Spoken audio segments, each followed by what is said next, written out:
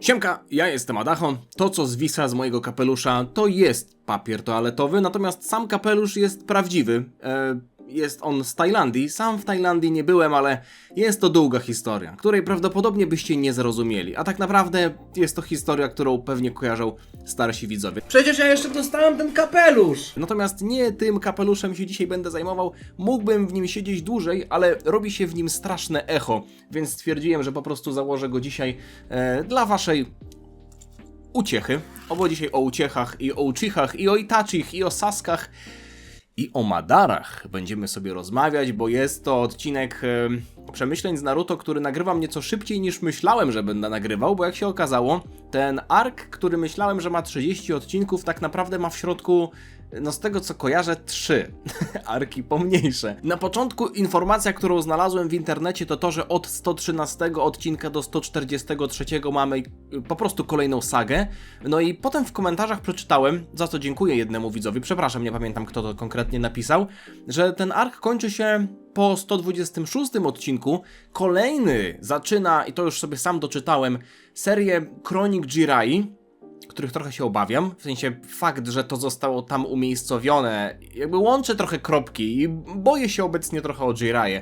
Natomiast wiem, że coś takiego będzie i potem będzie ark, który słyszałem jak się nazywa, ale nie będę wam mówił, jeśli nie chcecie wiedzieć, co słyszałem. Nie chcę, żebyście się do tego odnosili, bo może to spoiler, a może to nie spoiler. Nie chcę wiedzieć, czy to jest spoiler, czy nie. Generalnie ark, który z tego co kojarzę nazywa się po prostu misją gonienia Itachiego, podążania za Itachim, schwytania Itachiego, jakoś to nazwę. Wiecie, że te filmy chcę nazywać tak, żebyście wiedzieli, o co chodzi, natomiast jeśli oglądacie je jeden po drugim, każdy po kolei, to wiecie, jakie wydarzenia są następne. 13 odcinków, a w zasadzie 14 odcinków, bardzo mimo wszystko intensywne, więc dużo się działo i szczerze, ostatnio mówiłem, że ten ark z Hidanem i Kakuzu był najlepszy, ale mimo wszystko, jak wracałem myślami do tego mostu Tenchi, jak już trochę o tym pomyślałem, to kurczę, ten wątek Saya był naprawdę bardzo dobry, ale ten ark, zwłaszcza niektóre plot twisty, które były zarówno na początku, jak i na końcu, zaczyna się Shippuden, tutaj można powiedzieć. Tak jak wierzę teraz Nekonowi, którego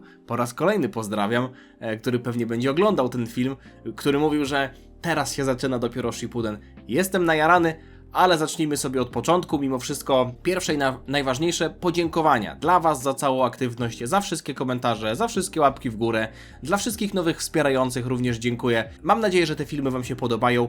Mi się Naruto podoba, mam nadzieję, że to widać. Tak jak mówię, zaczęliśmy od bardzo dużego plot twistu, bo okazało się, że Orochimaru, z którego ja się bardzo dużo śmiałem na samym początku i już od wielu tygodni jest dla mnie taką postacią, która w zasadzie jest potential manem, czyli gość o olbrzymim potencjale, jest budowany jako jeden z najsilniejszych ninja, jeden z 3 sanninów, no jeśli znamy poziom Jirai i znamy poziom Tsunade, to Orochimaru, zwłaszcza biorąc pod uwagę te jego wskrzeszania, reanimacje, to wszystko, co on potrafi, jutsu, nie jutsu i tak dalej, no to jest to gość, który powinien dosłownie pierdem z pachy zdmuchnąć całą Konohę, a jednak mimo wszystko cały czas leży w puchatym łóżku, które też trochę zabawnie wygląda, bo jest takie aż zbyt komfortowe jak na takiego villaina, no nie? Zobaczcie, Orochimaru jest bardzo zły, ale musi mieć wygodne łóżko, nawet taką poduszkę ma olbrzymią.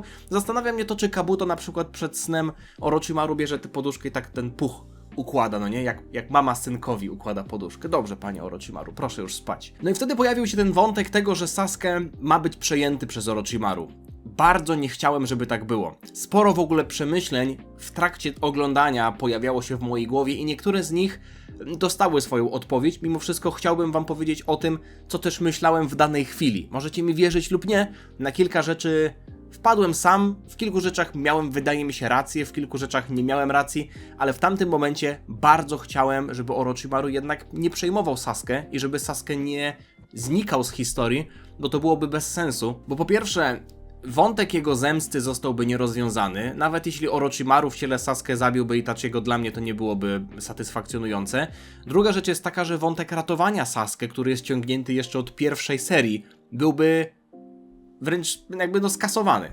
Więc to nie mogło się tak skończyć. Stawiałem w tamtym momencie, że Orochimaru nie będzie w stanie przejąć Sasuke, ale ten pomysł przejęcia ciała Sasuke jakby już zostanie spalony, bo Sasuke nie będzie chciał tego zrobić albo po prostu w jakiś sposób się przeciwstawi i Orochimaru finalnie przejmie ciało Kabuto, który jest takim trochę póki co minionem, takim chłopcem na posyłki Orochimaru i pasował mi do tej roli. Dobrze też zostało pokazane to, że Orochimaru jest już praktycznie na skraju wyczerpania, więc ja się z niego śmieję, że to jest taki dziadek na wózku, którego Kabuto tylko pcha z jednego arku do następnego i czekamy tylko aż Orochimaru w końcu zacznie coś robić, chociaż on robił swoje rzeczy w historii, walczył z trzecim Hokage na dachu, ale generalnie wiecie o co chodzi, nie? Jakby mamy budowaną akcję w taki sposób, że on w końcu przejmie to ciało Sasuke i Orochimaru z całą swoją mocą, przejmując tak potentne ciało, mając jeszcze Sharingana, którego tak bardzo chciał od tylu lat, czego się też dowiedzieliśmy, no to byłby koniec uniwersum, on byłby po prostu najsilniejszy. Ściągam tego chokera, w sumie nie wiem dlaczego ja go założyłem. Chyba jeszcze po Hidanie mi tak zostało. Tak go sobie założę, zrobię jak postacie w anime. Zaciskają opaskę na czole i teraz idą się bić. Także odpuściłbym Orochimaru tak czy siak, chociaż nie mam już w zasadzie o kim mówić, bo o zmarłych się mówi dobrze albo wcale, także... Jeden kadr mnie zadziwił, wydaje mi się, że to są takie dwa easter eggi, bo jeden plakat w tle tutaj Konochy wyglądał dosłownie jak jakaś północno-koreańska propaganda, ale obok widzieliśmy Naruto z dziesiątką, więc być może to jest jakiś taki easter egg związany z 10-leciem Naruto. Nie wiem w którym roku wychodziły te odcinki, ale na coś takiego bym stawiał. No i wtedy okazało się, że Sasuke zmienił zdanie i zaatakował Orochimaru w jego łóżku. Ja rozumiem, że Orochimaru był bardzo osłabiony, bo gdyby to był Sanin w pełni formy, no to Sasuke, nawet biorąc pod uwagę jego potencjał, nowe umiejętności i tak dalej, wątpię, żeby on był w stanie Orochimaru pokonać. A Orochimaru widzieliśmy krztuszącego się, praktycznie umierającego, rozpadającego się. Więc Orochimaru został porobiony, on był zbyt pewny siebie w pewnym momencie. Jak to mówią, nawet była taka scenka, gdzie ćma podlatuje do płomienia, ale podlatuje za blisko i się pali. Więc Orochimaru też może podleciał zbyt blisko słońca. Sasuke bardzo zapunktował, bo było po prostu widać, że on ruszył głową, że nie jest aż tak bardzo zaślepiony tą zemstą, że podchodzi do niej nieco bardziej pragmatycznie. Co też zostało potem pokazane... Co też zostało dodatkowo uwypuklone tym, że... Jeszcze coś, kurwa? Jeszcze ktoś jedzie? Co też zostało dodatkowo uwypuklone tym, że po prostu zebrał drużynę. Wobec czego miałem ambiwalentne odczucia, do tego jeszcze przejdę, ale Sasuke generalnie zapunktował tym, w jaki sposób zrobił w bambuko Orochimaru. No i stawiałem, że może chociaż pójdą na jakiegoś deala, jakoś się dogadają. Ale Sasuke nie chciał się w ogóle dogadywać, zresztą Orochimaru też, po prostu chciał go zabić, a Orochimaru przy okazji ujawnił swoją prawdziwą formę, w zasadzie chyba po raz pierwszy. No i to wejście w ark, ta kłótnia, ten konflikt, ten plot twist w zasadzie, świetnie to się oglądało, chociaż nadal uważam, że ta forma Sasuke z tymi skrzydłami wygląda słabo. Nie jestem w stanie się do niej przyzwyczaić, nie wygląda ona atrakcyjnie. Natomiast zacząłem się zastanawiać, czy Orochimaru teraz będzie miał jakiś redemption arc, w sensie, wiecie, będą chcieli mi go... ocieplić wizerunek, że teraz będę mu współczuł, bo pokazali małego Orochimaru, który sobie klęczy przy grobie, który nagle rozmawia ze swoim mistrzem jak jakieś takie smutne dziecko, znajduje skórę tego białego węża. Mieliśmy jeszcze wspominki z tych czasów, kiedy on był normalnie ninją w Konosze i tam widział jak Tsunade traci tego swojego Dana. Swoją drogą, tam była postać Nawaki, która pojawiła się dosłownie w jednej scenie i miała takie same rumieńce jak ta koleżanka Konohamaru. Stawiam, że to może być mama. Bo nie widziałem innych postaci, które wyglądały podobnie. Nie wiem, czy to jest istotne, ale taki tylko szczegół wychwyciłem. No i Orochimaru w sumie był bardziej przedstawiony jako naukowiec niż jako wojownik. Też z rosnącą obsesją tyczącą się Sharingana, no bo na początku widzieliśmy jakiegoś małego Uchihę i to no chyba jest Itachi po prostu. Wydaje mi się, że to był mały Itachi. Więc Orochimaru jest takim trochę staruszkiem, nie? Skoro Itachi... Chociaż Itachi czy jest aż tak stary? No nie, no on był starszym bratem Sasuke, no to Sasuke jeśli miał tam 12 lat na początku serii, to Itachi ile mógł mieć? 18?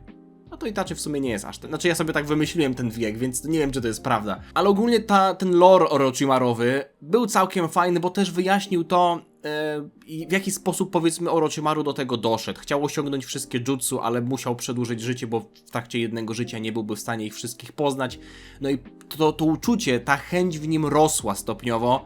Plus też zobaczyliśmy, że ten transfer, było napisane na tym zwoju transfer, że to jest jakieś zakazane jutsu, które też jakoś próbuje wyjaśnić to, dlaczego Orochimaru był w stanie być może się reinkarnować z jednego ciała do drugiego, tak jak widzieliśmy tę walkę w arku mostu Tenchi. Więc ten wątek został liźnięty. Nie mówię, że bardzo jakoś dogłębnie na 100% wyjaśniony, ale doceniam to, że zobaczyliśmy Orochimaru w przeszłości. Swoją drogą, oglądanie Orochimaru w stroju Akatsuki jest dla mnie tak samo dziwne, jak kiedyś oglądanie Fernando Torresa w stroju Chelsea.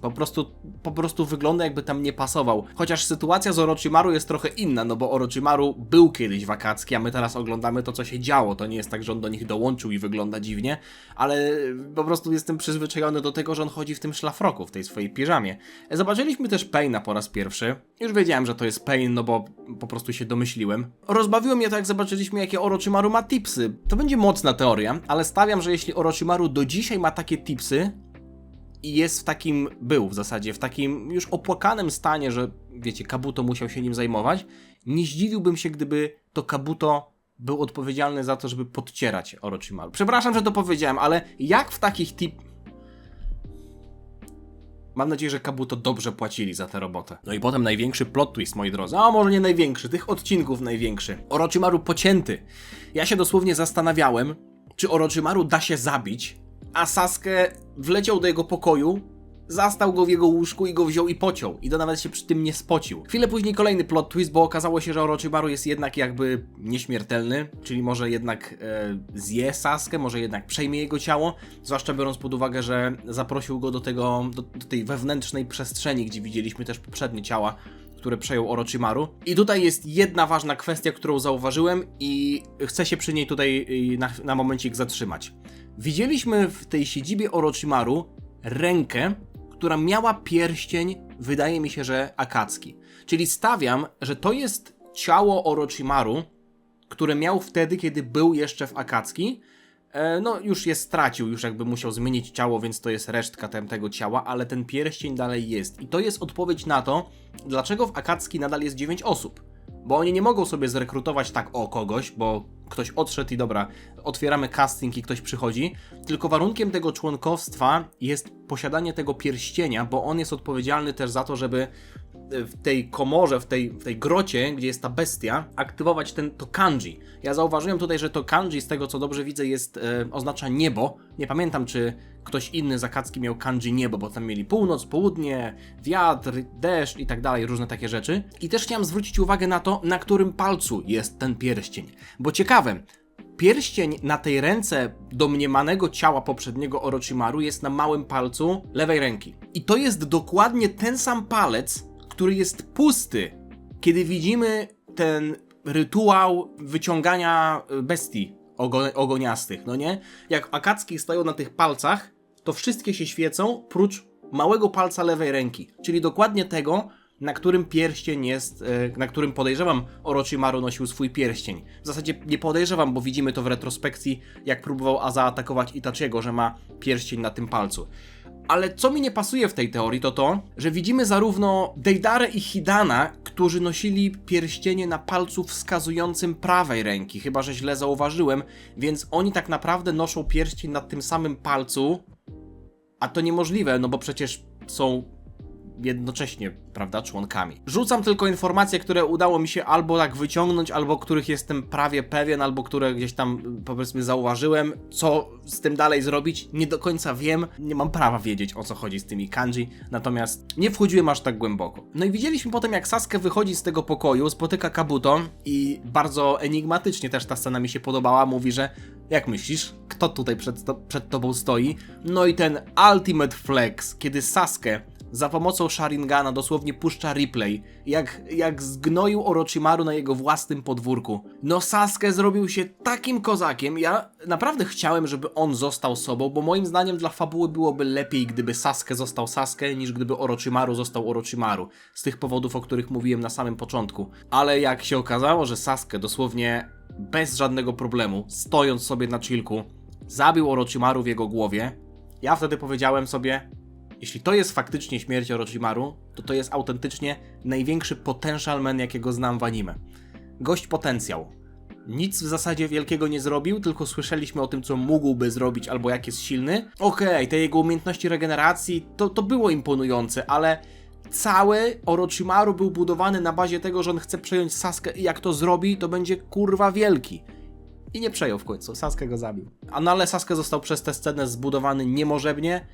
I zastanawiałem się też nad jedną sceną, bo tam zostało wspomniane, że wola Sasuke zmienia to miejsce. Kabuto zauważył, że wola Sasuke, będąc w środku ciała, będąc w tym, powiedzmy, jakimś takim genjutsu Orochimaru, tak to nazwijmy, zmieniała to miejsce. I się zastanawiam, czy to też była kwestia tego, że Sasuke był bardzo zdeterminowany, czy po prostu sam Sharingan wystarczył, a Kabuto tak to zwyczajnie skomentował, nie? Czy ktoś, kto miałby Sharingana, ale nie byłby aż tak zdeterminowany, nie byłby w stanie zmienić tego miejsca, tego domaina, to domain expansion, że tak powiem, z Jujutsu Kaisen, prawda? Zastanawiałem się też, czy Sasuke przejął Orochimaru zamiary, w sensie jego zamiary i umiejętności i wiedzę.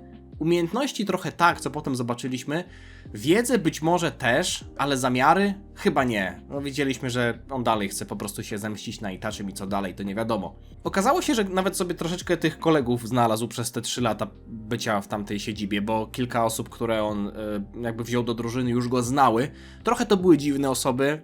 No, fajnie, że się coś zaczęło dziać z tym Sasuke, bo trochę było go za mało do tej pory i to był taki też gościu, który trochę zaczął obrastać w taki mit, że my ścigamy tego Sasuke, ale w sumie już nie wiadomo po co, bo tego Sasuke na ekranie było tak mało, że dużo osób o nim mogło zapomnieć dosłownie, jeśli zwłaszcza oglądalibyśmy to z tygodnia na tydzień. Ja przynajmniej miałem takie odczucie, więc cieszę się, że w tym arku było go więcej, bo to nie jest tak, że stałem się jego wielkim fanem, doceniam to, co zrobił, ale po prostu dla fabuły jest potrzebne to, żeby on zaczął w końcu być pokazywany na ekranie, no bo Sasuke jest tą główną osią, która napędza Naruto i jego przyjaciół. Myślałem, że zrobi się z tego taki sequel do Kraju Fal, bo mieliśmy wątek właśnie w miejscu, gdzie odbywał się pierwszy ark pierwszego Naruto.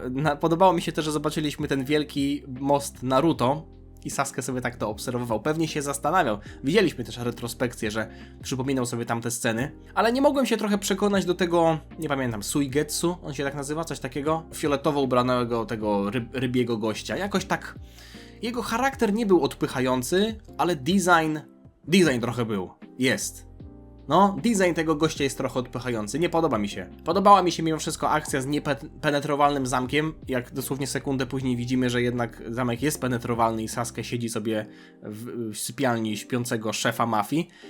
Mieczek został odzyskany, nie będę tutaj się nad tym jakoś szczególnie rozwodził, ale zastanawiałem się, jak to jest, że ta informacja o śmierci Orochimaru wypłynęła tak daleko, że nawet jacyś więźniowie na bezludnej wyspie o tym wiedzą. Kabuto, nie wiem, spłakał się i poszedł do gazety to powiedzieć i wszyscy dziennikarze to napisali u siebie w gazetach. No, jedyną osobą, która o tym wiedziała, był Kabuto w momencie, w którym to się stało. Sasuke się prawdopodobnie w ogóle nikomu nie chwalił.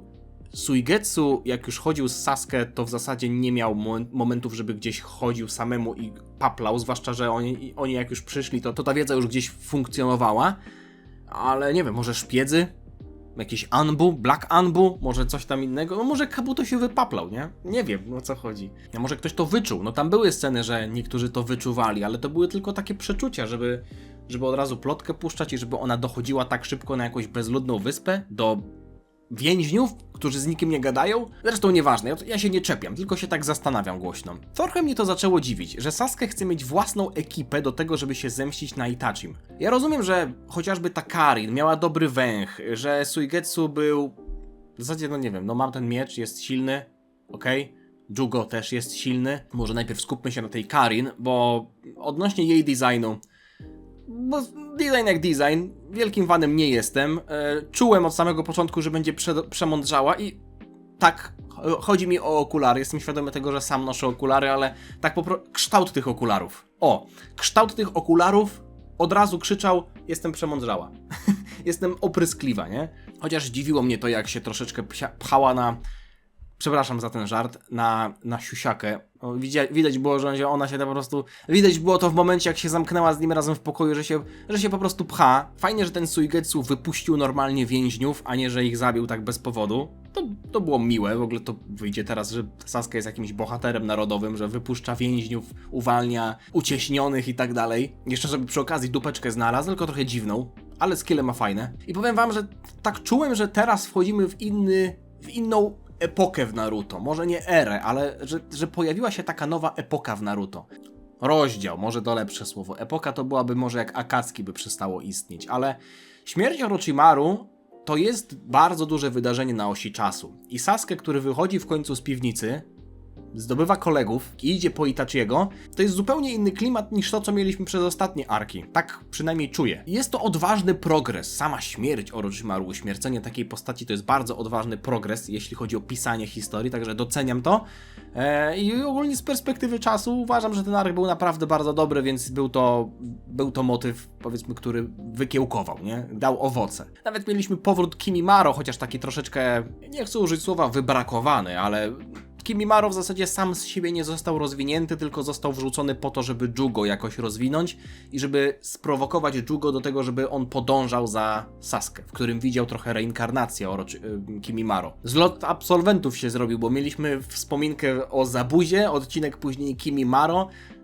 Ktoś tam mi mówił nawet, że Zabuza jeszcze kiedyś wróci. To być może było już właśnie to. No i bardzo mi się spodobało to, że Jugo ma tego oryginalnego Kersmarka. Nie dość, że jest wyjaśnione w ten sposób to, jak Orochimaru dawał Kersmarka innym, bo to też było takie po prostu z dupy. Gość daje im moc, która ma możliwość ich transformowania w 2 stadia.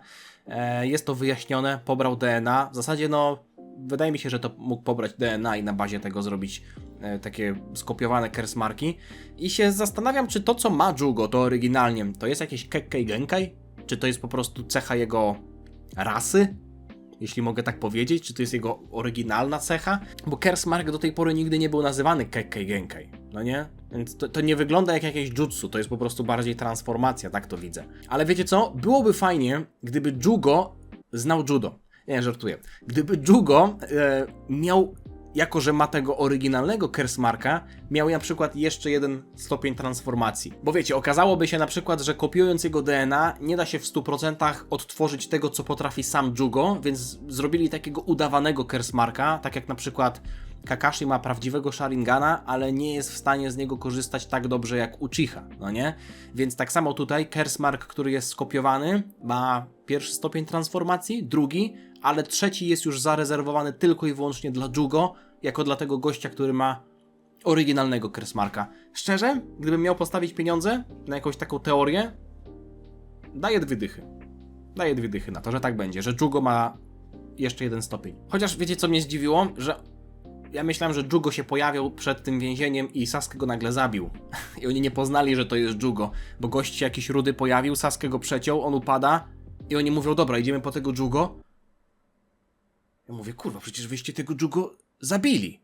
Ale chwilę się pojawia multum tych jakichś ziomków, też przetransformowanych i Jugo pokazali jeszcze raz w celi, to ja mówię, to kim jest tym Jugiem? Kto jest tym Jugiem, kurwa? To dlaczego Rudego pokazali, jak umiera, skoro ten prawdziwy Rudy jeszcze leży? To nie mogli pokazać jakiegoś, nie wiem, blondyna albo jakiegoś bruneta? Ja się zastanawiam, czemu oni Jugo zabili i czemu oni go w ogóle nie znają, a on siedzi... dałem się zrobić, no widzicie, dałem się zrobić. Naruto i Jiraiya podobało mi się, jak się umówili dosłownie na pokaz jutsu i ramen, będąc w gabinecie Hokage i sobie tak nagle wyszli. Jiraiya jest takim samym dzbanem jak Naruto, ale mówię to tak w takim pozytywnym sensie. Oni nadają na podobnych falach czasami. Jugo dostał lekki build-up, jak tam otwierali mu te cele. To akurat było spoko. Zastanawiałem się, czy ta jego moc ma coś wspólnego z Zetsu, bo to trochę wyglądało jak te 2 osobowości, a Zetsu, ten Zakatsuki, trochę tak, w zasadzie nawet bardzo, wygląda jakby miał 2 osobowości, bo on dosłownie gada sam ze sobą czasem. Myślałem może, że Naruto jakoś bardziej teraz uwierzy w Sasuke po tej informacji, że on zabił Orochimaru. W zasadzie przez chwilę tak było, że on mówi, to Sasuke wraca na chatę, a się okazuje, że jednak nie wraca na chatę, tylko dalej idzie zabić Itachiego, ale to jest mimo wszystko jakaś informacja, że on nie odpuścił aż tak bardzo, że on zależy mu na tej zemście na Itachim, ale w sumie może jak już zabije tego Itachiego, to da się namówić na powrót, nie? Nie wróci do Orochimaru. W ogóle okazuje się, że Orochimaru to miał sierociniec taki, zbierał biedne dzieci i był ogólnie gitem, nie? Naprawdę, tutaj zaraz się okaże, że to Orochimaru był największą ofiarą w całym Naruto. Kimimaro fajnie, że wrócił, dostaliśmy go troszeczkę więcej, no pokazał kilka razy te swoje umiejętności związane z kośćmi. W zasadzie to tylko, tak jak mówię, zostało wprowadzone po to, żeby Jugo miał po co dołączyć do Sasuke, no nie? A propos Sasuke, zdziwiło mnie to, jak pokazał, że ma węże. I też ten wątek tego, że on przejął umiejętności Orochimaru się później pojawił, też nawet w kwestii regeneracji. W tym momencie byłem w stanie to jeszcze kupić, ale potem pojawiła się kolejna osoba z umiejętnościami Orochimaru, o której jeszcze będę mówił, i wtedy narodziły się pytania. Tak jak mówię, do tego jeszcze przejdę. Mówię, dziwne było dla mnie to, że Sasuke zebrał ekipę, która ma go trochę kierować. Tak by go pomagać mu, nieść go do tego, żeby on dokonał personalnej zemsty. No to jest dla mnie trochę dziwne, trochę takie niepasujące.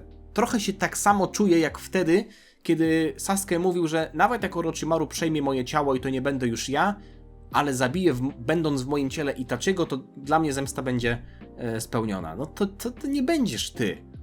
Teraz jesteś ty, ale masz pomocników, więc nie wiem, czy on się czuje aż tak mało pewny siebie, czy może jest bardzo ostrożny, ale z jednej strony to jest plus, bo podchodzi do tego rozsądnie, ale z drugiej strony jest to dla mnie trochę dziwne, że on chce zemścić się na Itachim, a może być sytuacja na przykład, w której on w walce z Itachim upadnie i to Jugo zada mu ostateczny cios. I dla Sasuke to nie będzie problem? Nie wiem, tak sobie tylko myślę na głos. Przynajmniej te postaci zostały dobrze zbudowane i ogólnie zapowiadał się dobry ark z rozwinięciem Uchich. Myślałem, że więcej historii Uchich będzie rozwiniętej. Nie było, ale pojawił się, uwaga, ktoś jeszcze z klanu Uchiha. Swoją drogą, ta nazwa tej drużyny Hebi to oznacza wąż. Na początku się zastanawiałem, o co chodzi. Hebi. Po polsku brzmi to dość zabawnie, ale generalnie przechodzę do chyba najfajniejszego elementu tego arku, mimo tego, że to były 2 odcinki. Czy najfajniejszego? Tak, chyba najfajniejszego. Tak myślę, że mogę powiedzieć. Na pewno najbardziej intensywnego, jeśli chodzi o moje myśli, które się w mojej głowie pojawiały. Zobaczyliśmy goglarza z drużyny Kakashiego. Przypomniałem sobie tamto zdjęcie, jak Minato. Mogę używać tego imienia. Pytaliście mnie, skąd ja wiem, że 4. Hokage był ojcem Naruto. No kurwa, przecież to widać, nie? Po nich, no nie wiem, po prostu widać, że to jest ojciec Naruto. Teraz to zostało potwierdzone, więc już mogę tak mówić i mogę też mówić do niego po imieniu, ale drużyna Minato, czyli Kakashi, Obito i Rin, poznałem ją od razu, bo widziałem ją wtedy na tym zdjęciu i wtedy się zacząłem zastanawiać, Obito. Obiło mi się to o uszy. Można powiedzieć, że obito mi to imię o uszy i to wyście mi to imię obili o uszy. Wyście. Jedna osoba z was. Już kiedyś o tym komentarzu mówiłem ostatnio, że ktoś mi napisał w komentarzu Tobi to o ... nie? Coś takiego. Ja tak tylko rzuciłem okiem i od razu odwróciłem wzrok, ale to, co zapamiętałem, to właśnie to. I ja wtedy sobie myślę, to jest Tobi. Obito to jest Tobi. Po pierwsze, brzmi to tak samo. Po drugie, fryzura jest identyczna. Po trzecie, charakter jest identyczny. I możecie mi wierzyć lub nie, ale najpierw wpadłem na to sam, połączyłem wątki i po prostu to wydawało mi się oczywiste, a potem dopiero przypomniałem sobie o komentarzu. Więc to było miłe zaskoczenie. No jakby dobrze mi się to oglądało. Spoiler to nie był praktycznie żaden, nie popsuło mi to, zwłaszcza biorąc pod uwagę, że wątek Tobiego jeszcze w tym arku został rozwinięty nieco bardziej i to nie do końca jest tak, że mamy jasną sytuację. Dziwne było dla mnie to, że młody Kakashi był taki punktualny, wypominał innym spóźnianie się, podczas kiedy wiemy, że Kakashi jest bardzo spóźnialski, więc zastanawiało mnie to, skąd to się wzięło. To też zostało rozwinięte. No i jeszcze jak później zobaczyliśmy na plecach Obito ten herb klanu Uchiha, tego lizaka, tego Chupa-Chupsa, no nie? Ja mówię, ja pierdzielę.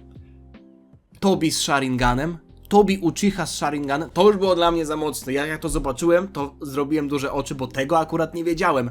I wtedy wpadłem na taką teorię. To jest to, co wpadło mi do głowy wtedy. Kakashi ukradł Tobiemu jedno oko, okaleczając go, dlatego Tobi dzisiaj nosi maskę z jednym otworem na prawym oku, bo widzi tylko na jedno oko. I ja byłem na 100% pewien. To nawet nie było 99% pewien. To mi tak dobrze grało, że ja byłem na 100% pewien. Byłem w stanie odciąć sobie rękę.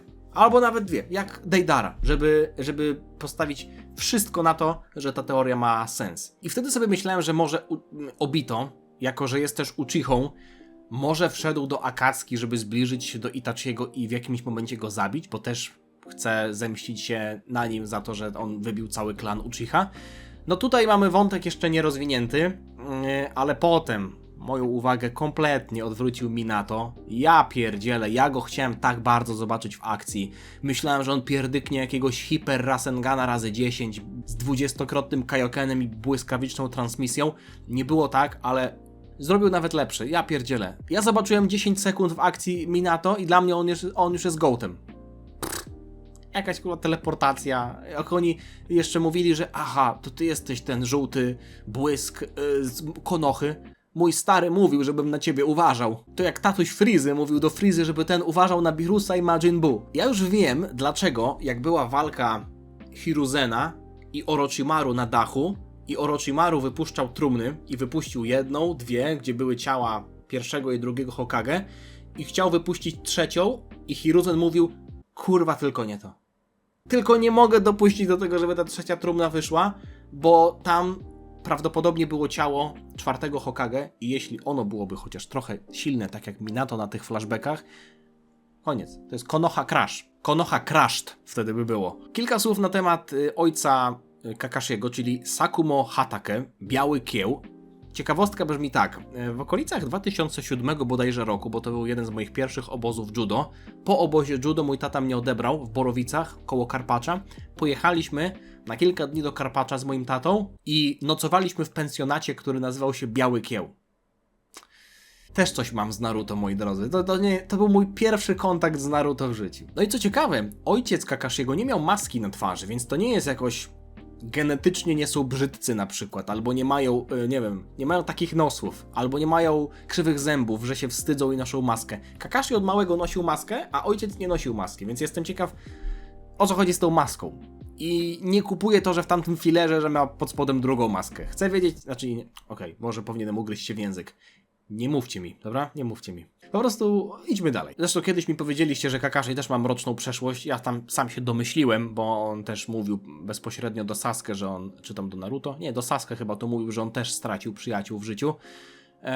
Więc no tutaj ta scena z ojcem, który sam sobie odebrał życie, to było mocne i w sumie wyjaśnia, dlaczego Kakashi tak dbał o zasady. Ale w sumie, jeśli bierzemy pod uwagę to, że on dzisiaj się tak spóźnia, czyli już nie dba za bardzo o zasady i też jak Chiyo w pierwszym arku Naruto Shippudena pytała o tego białego kła, to Kakashi tam trochę z uśmiechem o tym powiedział, nie? Tak mówi, no biały kieł, jestem jego synem. To nie było tak, że odblokowało to w nim traumę, więc to wygląda tak, jakby Kakashi się już tego wyzbył. I się zastanawiałem, czy zobaczymy moment, w którym on się tego wyzbył. I w sumie jeszcze w tym flashbacku zobaczyliśmy ten moment. Obito ciągle kroplił oczy i zastanawiałem się, o co tutaj chodzi, bo może chciał chronić te oczy, no bo on chciał przecież przebudzić tego Sharingana jak najszybciej. Miał te oczy klanu Uchiha, dlatego też nosił gogle, żeby chronić te oczy, bo to były jego najcenniejsze rzeczy, które mogłyby sprawić, że on będzie silniejszym ninja, tak sobie teraz myślę, bo w zasadzie to nie zostało powiedziane, dlaczego nosił te gogle, ale domyślam się, że chodziło po prostu o to, że chciał chronić oczy. No i potem kłótnia Obito i Kakashiego. Generalnie, no jakby obaj mają rację.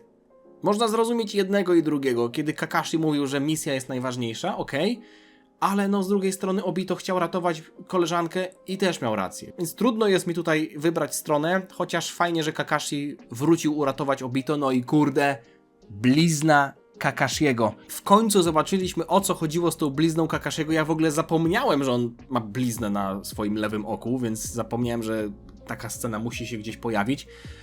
Więc też wyglądało, jakby to Obito trochę wybił Kakashiemu te zasady z głowy. Albo inaczej mówiąc, jakby wyciągnął mu po prostu kija z dupy i go trochę wyleczył z tej traumy. Tutaj już mi zaczęły się puzzle składać, bo jak Kakashi stracił oko i mieliśmy przyjaciela, który ma Sharingana, to już wiedziałem, że w jakiś sposób Obito mu odda tego Sharingana i też na początku musi go przebudzić, więc w tej scenie go przebudził. Mieliśmy super choreografię walki, jak ratowali te Rin. To, jak zostało to napisane z tym Sharinganem, jak chwilę później Obito leży pod tą skałą, ma połowę ciała zmiażdżoną, ale druga jeszcze jest niezmiażdżona, więc tego Sharingana oddaje Kakashiemu i widzimy Kakashiego, który stoi i z tego oka lecą mu łzy. I świetny soundtrack, on stoi na tej skale. W ogóle pękające ostrze to jego ojca, też wydaje mi się, że to mogła być taka metafora, że on przezwyciężył tę traumę i to przywiązanie do zasad, tak samo jak miał jego ojciec, że po prostu ratowanie przyjaciół jest ważniejsze niż tam stricte trzymanie się tego, że idziemy z punktu A do punktu B, a jak mi kolegę przygniotła skała, to po prostu nie odwracam się i idę dalej. No i co dalej? Obito mimo wszystko został jakby zgruzowany dosłownie, ale wokół stali ludzie z tej wioski ziemi, z tego co pamiętam, więc wydaje mi się, że oni musieli tego Obito uratować. A nosi on maskę, bo ma po prostu poharataną twarz. Bardziej bym się wzruszył, gdybym się w ogóle nie domyślał, że Obito to Tobi, ale te imiona, no jakby, gdyby oni go nazwali Mariusz, no nie, to może fryzura, może zachowanie by pasowało do Tobiego, ale Obito, Tobi, no przecież to brzmi praktycznie tak samo, więc no mimo wszystko to jest materiał na najlepszy ark w Shippudenie. I kurde, nie wiem, czy ten ark przypadkiem nie jest moim ulubionym, bo momenty takie wow były naprawdę bardzo mocne. Myślę, że Obito, Tobi, jak się dowie, że on kochał Rin, a Rin tak naprawdę kochała Kakashiego, który jej nie kochał, to będzie mu przykro. Niestety znowu zobaczyliśmy kolejnego Jinchuriki, który został złapany na offscreenie bez historii. Przykro mi to. Nekon ostatnio mówił, z czym się zgadzam, że Akatsuki jest budowane kosztem Jinchuriki. Moim zdaniem można byłoby budować jedno i drugie. Mimo wszystko cieszę się, że obejrzałem ten filler z trzecim, z Sunbeam, no nie? Jak mieliśmy Guren i tak dalej. Bo widzieliśmy, że będą Sunbiego pieczętować, a ja wiem, jak on został złapany, więc jakby tutaj też pełnia historii nieco bardziej wybrzmiała. No i zdziwiło mnie to, że Sasuke zna jakieś koty z innego miasta. Nie wiem jakim cudem, bo w zasadzie Sasuke całe życie siedział w Konosze. Potem dopiero zaczął wychodzić na misję. Może to były jakieś koty, które były wędrownymi kupcami i oni mieli jakieś po prostu konszachty z klanem Uchiha, więc to te koty przychodziły do Konochy, a nie Uchiha do nich. I potem bardzo, bardzo podobała mi się scena, w zasadzie kilka scen między Naruto i Jiraiya, kiedy Naruto był bardzo podłamany i Jiraiya wziął go na ramen i nawet na samym końcu mieliśmy taką drobny szczegół, kiedy Jiraiya dał mu plasterek wieprzowiny, tak mu położył na misce i Naruto nagle się rozchmurzył i mówił, że ta wieprzowina jest najlepsza na całym świecie, w ogóle zapomniał o wszystkich zmartwieniach i Jiraiya patrzył na niego tak jak dosłownie na swojego syna. Co też jest ciekawe, bo Jiraiya mówił dosłownie pod koniec tego arku, że nigdy nie miał syna, ale gdyby miał, to mógłby czuć się dumny na przykład z takiego, kim był chyba Minato czy Naruto, chociaż nie pamiętam o kim konkretnie mówił, ale mówił jakby bezpośrednio o tym, że nie miał syna, więc nie wie do końca jak to jest być dumnym z syna, ale ta ich relacja, bardzo mi się ona podoba, naprawdę. No ale później przeszliśmy do misji i tam w tej misji Kiba mi akurat średnio pasował, nie wiem, wszyscy mi tam pasowali. Ogólnie lubię wszystkie postacie, które tam są, prócz Kiby, jakoś tak średnio go lubię. Ktoś ostatnio napisał, że to jest taki Yamcha Naruto. Nie poszedłbym aż tak daleko, bo jest bardzo użyteczny, zwłaszcza to, że Kakashi nawet tam go pochwalił, jak się okazało, że on jest w stanie czuć lepiej niż psy Kakashiego. Ale to, że Hinata została włączona do tej drużyny, ja rozumiem, Byakugan i te sprawy, ale kurde, Hinata będzie robić Itachiego? Chcę to zobaczyć. Chcę zobaczyć walkę na gołe klaty. Hinata kontra Itachi, dajcie mi to. Sai oczywiście jeden raz na cały ark się odezwie i jest moim MVP, bo chciał zostać przyjacielem psa. I potem jeszcze nadał im niki. No to jest zajebiście napisana postać. Co jeszcze jest zajebiste, to te kapelusze, bo dosłownie no mówię, ja sobie zrobiłem nawet cosplay. Ogólnie postacie z Akatsuki mają zajebisty design. Znaczy, pod kątem strojów, te stroje są świetne, ale też te kapelusze, maski, nie maski, jakieś fryzury, świetnie one wyglądają. Pod kątem ogólnie jakby twarzy, umiejętności też, chociaż no w kontekście Deidary jeszcze dzisiaj powiem parę cierpkich słów, ale ogólnie grupa antagonistów top. Jak zobaczyłem, że Naruto i Hinata są w jednej drużynie, to miałem trochę nadzieję, że będzie jakieś rozwinięcie tej relacji, chociaż do tej pory się tego nie doczekałem. No i te psy Kakashiego, one naprawdę są mega silne, bo dosłownie od tak znaleźli zapach Sasuke, nie? Jakby wyszli z wioski, mówimy, musimy znaleźć Sasuke. Pies wącha, o tam, 300 km w tę stronę, może nie 300, ale 35, nie? I idziemy. Sasuke za bardzo się nie krył, więc to też może jest kwestia tego, ale kurde, no szybko poszło. No i potem mieliśmy taki montaż, że ja czułem się jakbym siedział w betoniarce, bo pokazują, że śledzą grupę Naruto, ktoś śledzi, potem, że ktoś siedzi Sasuke, Potem się okazuje, że to może Sasuke śledzi Naruto. Nie, to Kabuto przyszedł do Sasuke, nie, to Kabuto przyszedł do Naruto. To Sasuke tak naprawdę kto śledził? Tobi. Kabuto się śmiałem trochę z tego, bo wyglądał na bezrobotnego. Tak przyszedł i mówi, no kurwa, ja już nie mam co robić, nie? Pan Orochimaru nie żyje. Ja ogólnie Naruto to jestem pod wrażeniem, bo ty mi pokazałeś, że można znaleźć przyjaciół. Chciałbym być taki jak ty. I potem ja mu zwracam honor, bo się kurwa okazuje, że witamy Orochibuto. Jasny gwint. Co to jest za gość? Orochibuto przejął umiejętności Orochimaru i teraz jest przechwytywany w 1/3, jego ciało jest przechwytywane przez Orochimaru, czyli Orochimaru jeszcze żyje w ciele Kabuto, ale jednocześnie Sasuke przejął umiejętności Orochimaru. No to o co tu chodzi? I to jest ten moment, do którego chciałem przejść, czyli ja rozumiem, że Sasuke przejął jego umiejętności, bo on się spotkał z nim w jego głowie i w zasadzie, no nie wiem na jakiej zasadzie on przejął jego umiejętności, może jego bardziej taką mentalną sferę przejął, ale jego ciało, to pocięte, leżało dalej w tym pokoju i może to przejął Kabuto. Nie wiem, w jaki sposób te umiejętności Orochimaru się rozmnożyły i teraz i Sasuke ma trochę, i Kabuto ma trochę. Może zostanie to później wyjaśnione, mam nadzieję. W ogóle podobało mi się to, że z tej sagi zrobił się taki mecz gwiazd, bo mamy bardzo dużo znanych postaci, które już poznaliśmy wcześniej i one się ze sobą konfrontują, także to było bardzo ekscytujące, lubię takie akcje. Tobi, dobry wariat, jakie tam głupoty gadał cały czas. Wtedy sobie pomyślałem, że kurde, żałuję, że nazwali tamtego Obito, bo było się łatwo domyślić, że to jest Tobi. Chyba że mnie zaskoczą. Chyba że mnie zaskoczą. Oglądałem to tak dalej i doszedłem po raz kolejny do wniosku, że nie jestem za bardzo fanem umiejętności Deidary. Nie odmawiam mu talentu, nie odmawiam mu użyteczności, ale kurde, no to po prostu jest mało atrakcyjne dla mnie wizualnie, audiowizualnie nawet bym powiedział, więc kibicowałem w tej walce Sasuke i uważam, że Sasuke naprawdę dobrze wszystko przemyślał. Deidarę trochę czułem, że dali po to, żeby przegrał, po to, żeby wzmocnić Sasuke, w sensie, żeby w naszych oczach pokazać, jak Sasuke jest silny, ale takie sceny, jak na przykład Sasuke sobie wyrasta węże i robi sobie z nich linkę jak Spider-Man. On się dosłownie przekształcił w jakiegoś Thermomixa. Kurwa, jest w stanie ugniatać ciasto, zrobić herbatę, nie wiem, ululać mi synka do snu i jeszcze zmontować szafkę. On potrafi wszystko. Regeneracja potem jeszcze się okazało, że ma regenerację. Latanie, 2 stopnie tego Kersmarka, węże, nie węże. Pozdro. No i chwilkę później dostaliśmy drobne backstory związane z Deidarą. Okazało się, że też ma trochę takiego beefa z Uchihami. Nawet to było fajne. Kilka takich kadrów, jak na przykład Itachi tam stojący w dziurze tej świątyni. Nie było to jakoś bardzo skomplikowane, po prostu to był Deidara, który dostał manto od Itachiego i na tym polegała większość tego backstory.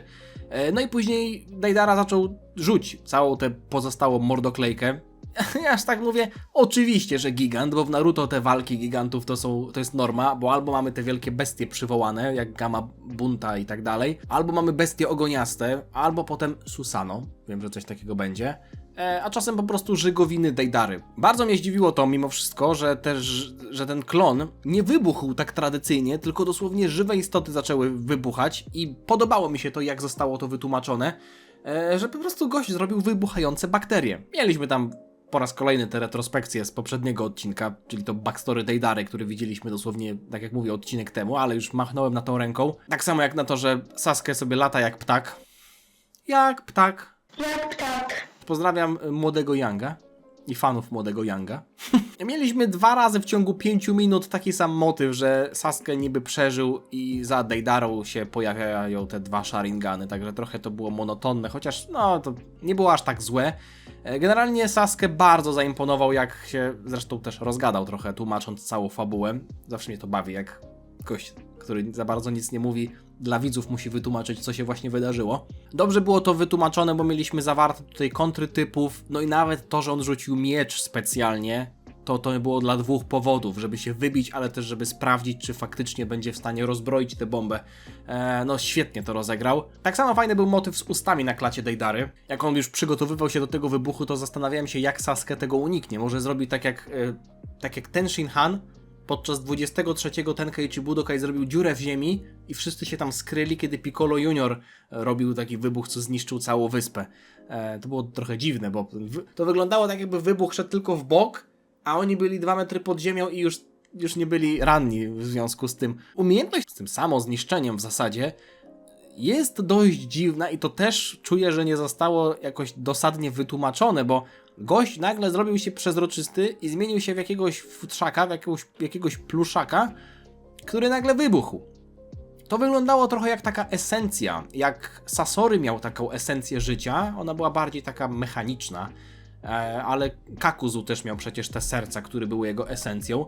Może Deidara też miał taką esencję, ale na pewno jakąś inną, no bo przecież oni go wcześniej pokonali jakby nie atakując bezpośrednio w esencję. No zresztą, myślałem, że Sasuke po prostu, nie wiem, strzeli piorunkiem w tę esencję i rozbroi tę bombę, nie? No bo już strzelał wcześniej takimi piorunkami. No i potem się okazało, że tak naprawdę Sasuke skrył się w tym wężu, nie pamiętam jak on się nazywał, jakaś mamba?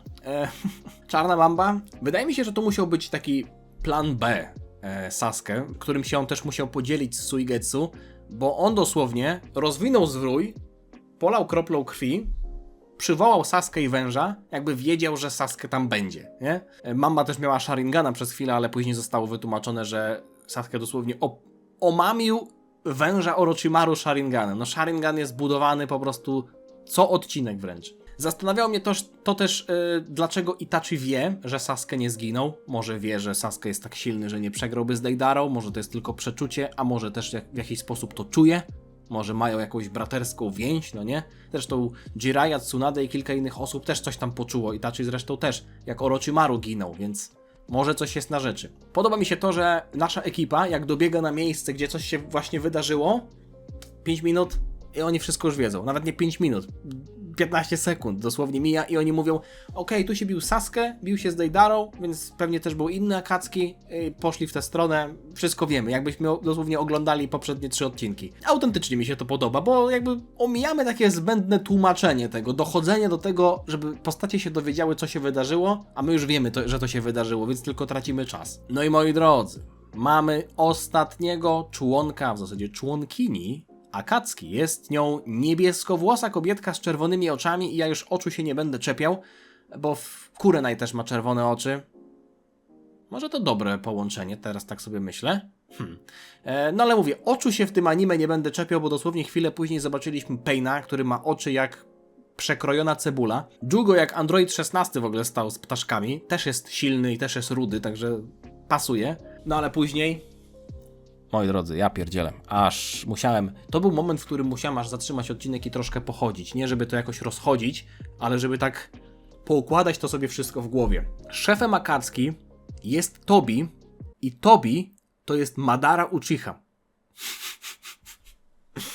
Kurwa, absolutne kino można powiedzieć. Ja byłem pewien, szczerze pewien, że Tobi to Obito, iż z ręką na sercu nadal uważam, że Tobi to Obito, tylko on zmienił imię na Madara. Uchiha nazwisko takie samo, nie musiał zmieniać nazwiska. Madara przecież był pierwszy raz wspomniany, kiedy Sasuke wszedł w głowę Naruto i zobaczył Kyubiego i Kyubi mówił: o, kurwa, normalnie jak Madara kiedyś. A Sasuke mówi: nie znam takich ludzi. I wtedy tego Kyubiego zdmuchnął, no nie? Więc Madara był już wspomniany, ale teraz pytanie. Jeśli Madara jest tak stary, że spotkał się z Kyubim, chociaż czy tak stary, no Kyubi sobie był na wolności jak jeszcze Naruto nie żył, a Naruto ma kilkanaście lat, więc to mogło być równie dobrze, nie wiem, z 20 lat temu, to nie jest aż tak dawno temu. Ale Asuma na przykład miał 30 lat, co było mówione, nie wiem ile lat ma Kakashi i jaki jest wiek Obito i Kakashiego, ale generalnie stawiam, że Obito to jest Tobi i zmienił imię na Madara. Ale powiem wam, że to wejście, jeszcze jak on zmienił w ogóle głos i mówi, że teraz będzie pokazywał prawdziwą moc Sharingana, ja pierniczę. Czyli co? Nie będzie miał 3 Tomoe, nie będzie miał Mangekyo Sharingana, tylko zrobi tam coś jeszcze na oczku, jakiś inny znaczek mu się na oczku pojawi, chociaż widzieliśmy oczko tutaj jak błysnęło. Zajebiste to było. Zajebiste to było. No i Madara brzmiał jakby znał Naruto. Mówił, że Naruto Uzumaki nie jest już dzieckiem. Teraz już tam ma swoich kolegów i jest bardzo silny i to nie będzie łatwe, żeby go przejąć. Tak jakby on miał albo szpiegów, albo przez całe życie śledził rozwój Naruto. Coś o nim wiedział, no nie? Dobre. No ale dalej. Tsunade nawet dostała humor, co mi się podobało, bo dosłownie kilka minut po tym, jak mówiła, że nie może pić, bo jest Hokage, już siedziała u Hahana w barze i chlała z Jiraiją. Sasuke ma wspomnianą moc regeneracji, co, tak jak mówię, jest No kurwa, nie wiem, gość jest już za silny według mnie. Nie wiem, co on jeszcze dostanie w tym arku. Może będzie miał błyskawiczną transmisję. Niespodziewane spotkanie z Itachim. To było dziwne, że Naruto się nagle rozdzielił od innych i spotkał sobie Itachiego w lesie. I Itachi mówi, ja w sumie nie chcę cię bić, tylko chcę z tobą pogadać. I złapał go w genjutsu. No i kurde, to było akurat ciekawe, że Itachi chciał mu coś powiedzieć. Tak jakby Itachi nie do końca chciał łapać te bestie. Jakby nie zależało mu na łapaniu Jinchuriki, tylko Itachi miał swoją własną agendę. Będę śledził ten wątek, bo to jest akurat ciekawe. Ale akurat dziwne to było, że dosłownie sekundę później przylecieli Kakashi z resztą i oni nie wiedzieli, że tutaj był Itachi. Że nikt nie wyczuł tego w żaden sposób. No, moi drodzy. Ostatni wątek tego odcinka to to, że robią się niebezpieczne podwaliny pod śmierć Jirai. Nie wiem, czy on umrze, czy nie. Zaraz wspomnę o pewnym komentarzu, który... wolałbym go nie przeczytać, chociaż on nie był bezpośrednio spoilerem, ale był taki sugestywny. Wiecie, to spotkanie na ławce ostatnie, jak Tsunade było widać, że ona jest taka emocjonalna, że normalnie aż by tego Jiraiya pocałowała, że ta jakaś, nie wiem, stara miłość nie rdzewieje, że nawet mówiła, że chciałaby ruszyć tyłek dla niego, żeby go uratować. Jakby Tsunade chciała w końcu ruszyć tyłek sprzed tego biurka, no to ja już wiem, że ona nie rusza tyłka bez większego powodu. Zwłaszcza, że jest Hokage. Fajnie też, że wspomnieli, że Kakashi praktycznie mógłby być takim zastępczym Hokage, więc dla mnie to jest potwierdzenie tego, że Kakashi jest najsilniejszym ninja w wiosce, nie biorąc pod uwagę Hokage i w ogóle Sanninów. Teraz takich bardziej ninninów, bo jest ich dwóch, nie? No i padło imię Minato Namikaze, jest to ojciec Naruto, Jiraiya jest nauczycielem Minato, to w ogóle było dla mnie zaskoczenie, bo tego nie kojarzyłem, wydaje mi się, że to też była nowość, czyli że to Jiraiya uczył tego zajebistego Minato i że to on go nauczył Rasengana, czyli Hiruzen uczył Sanninów, Minato uczył tę trójkę, którą widzieliśmy w retrospekcjach, Kakashi, Obito i Rin. Wspomniana została też matka Naruto, Kushina Uzumaki, też tam co robiła i skąd pochodziła, to akurat były nazwy, których za bardzo nie kojarzyłem. Nie mieli takiego samego nazwiska, może tam nie ma takiego zwyczaju, żeby przejmować nazwisko po mężu, albo czasem rzadziej, ale po żonie. No i kurde, fajnie było zobaczyć taką emocjonalną stronę Tsunade, która dosłownie płakała i jej aż usta drżały ze wzruszenia, kiedy widziała, jak Jiraiya odchodzi. Bardzo to zbudowało moim zdaniem Tsunade, mimo tego, że to było takie pokazanie jej z miękkiej strony, ale to naprawdę śmierdzi. To, 3 rzeczy śmierdzą. Ta scena, kiedy Jiraiya z Tsunade rozmawiają o tym, ja nie umrę. Możesz założyć się, że nie umrę, ale może umrę, a może ja nie umrę, nie wiem. Chwilę później, teraz wiem, że następne odcinki to są Kroniki Jirai. O, jakbyśmy mieli zobaczyć akurat, co tam się u niego działo w młodości, jak Hiruzen go uczył, bo przecież zaraz umrze, więc będziemy musieli bardziej przeżyć tę scenę. I komentarz, który przeczytałem. O, zaraz będzie mój ulubiony moment z Jiraiją. Smutna buźka. Nie pamiętam, kto to napisał, ale taki komentarz się pojawił i ja sobie myślę, no to już mogłeś sobie darować, nie? Ulubiony moment z Jiraiją, smutna buźka. A dlaczego smutna buźka? Jakby był ulubiony moment z Jiraiją, jak robi zajebiście kamehameha kurwa razy 100, to byłaby zajebista buźka. A smutna buźka jest pewnie dlatego, że zdechnie. Kurwa! No dobra, nie... Jeszcze nie wiem, niby z Obito też wiedziałem, a jednak się dobrze bawiłem, więc mam nadzieję, że wam się podobało. Zostawcie lajka, zostawcie suba, żeby niczego nie przegapić. Jeśli wam się odcinek podobał średnio, to zostawcie lajka chociaż za ten cosplay. Widzicie, że pociąłem kurwa papier toaletowy i ja teraz z niego nie będę, chociaż szczerze... No to jest challenge, żeby z niego jeszcze skorzystać, ale chyba to zrobię. No szkoda mi, to 9 listków na to poszło. Moi drodzy, to nie są tanie rzeczy. Jeszcze 6 lat temu to byłaby złota waluta podczas tych dziwnych czasów, nie? Nie przedłużam. Miłego dnia wam życzę, czekam na wasze komentarze. Oczywiście proszę o niespoilerowanie specjalnie, ani o nie sugerowanie jakimiś tam emotkami, jakie będą momenty, bla bla bla. Ja generalnie tych komentarzy za bardzo nie czytam, ale czasem mi coś tam wpadnie. Na pewno je przeczytam w swoim czasie, jak już nie będę się bał spoilerów. Miłego dnia wam życzę. Chyba już 3. raz nawet, ale nieważne. Dziana.